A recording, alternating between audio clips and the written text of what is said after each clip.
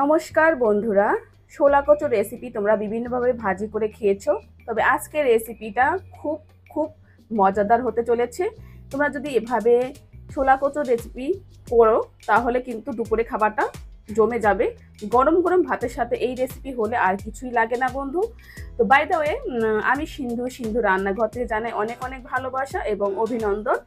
আজকে তোমাদের মাঝে আমি শেয়ার করতে চলেছি এই কচু ভাজি রেসিপি, মুখে লেগে থাকবে সারা জীবন। চলো আর দেরি না করে রেসিপিটা দেখে নেওয়া যাক আমি কিভাবে এই মজাদার রেসিপিটা তৈরি করেছি। দেখো বন্ধুরা, আমি শোলা কচু খুব সুন্দর করে কেটে ধুয়ে নিয়েছি। আর এখানে ঝালটা একটু বেশি দিতে হবে, কারণ এই ভাজিটা ঝাল ঝাল করে কিন্তু খেতে মজা লাগবে।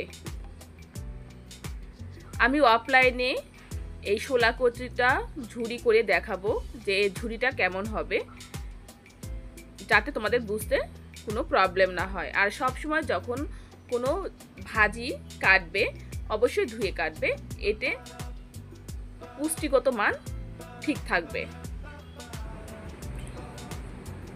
দেখো বন্ধুরা, আমি একদম ঝিঝড়ি করে কেটে নিয়েছি, দেখতে পাচ্ছ কতটা ঝিঝড়ি হয়েছে। তো এভাবেই কিন্তু কাটতে হবে, এর থেকে কিন্তু বেশি চিকনও করা যাবে না, বেশি মোটাও করা যাবে না। আর এখানে আমি কাঁচা লঙ্কা কুচি করে নিয়েছি, আর দিয়ে দিব কিছুটা বাদাম।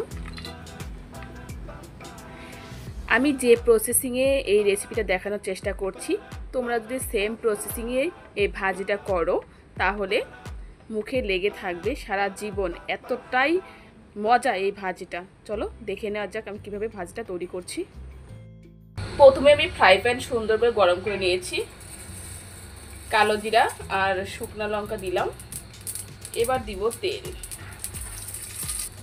এখন ব্রাউন কালার হওয়া পর্যন্ত অপেক্ষা করতে হবে। খুব বেশি কিন্তু পোড়ানো যাবে না বন্ধুরা।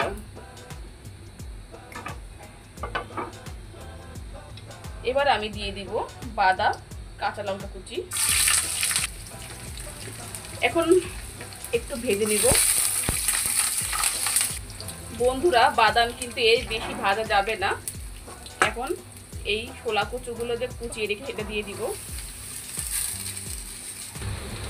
শোলা কচু দেওয়ার পরে দিয়ে দিব লবণ, দিব হলুদ এবং ভালো করে মিশিয়ে নিতে হবে। এতে আমি সামান্য জল অ্যাড করে দিব।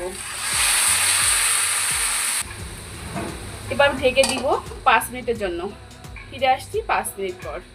ওরা কচুতে কিন্তু তেলটা একটু বেশি লাগে, আর এটা কিন্তু খুব সুন্দর করে ভাজি করতে হবে, আর ভালো করে নাড়াচাড়া করতে হবে।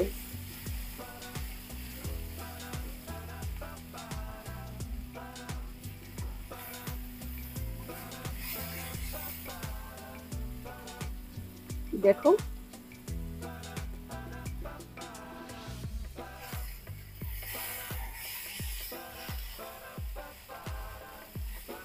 আমি সম্পূর্ণ ভাজি হওয়ার পরে তারপর দেখাচ্ছি এই ভাজিটা আসলে কিরকম হবে।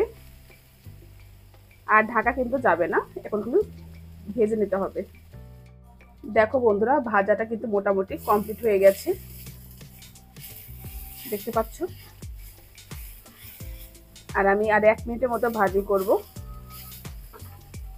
তোমরা যদি এভাবে এই ভাজিটা করো তাহলে বুঝতে পারবে এই শোলা কচুর ভাজিটা আসলে কতটা মজা এবং কতটা সুস্বাদু।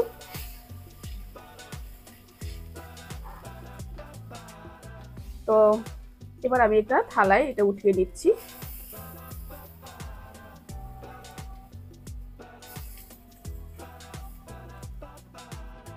দেখো বন্ধুরা, থালায় তোলা হয়ে গেছে।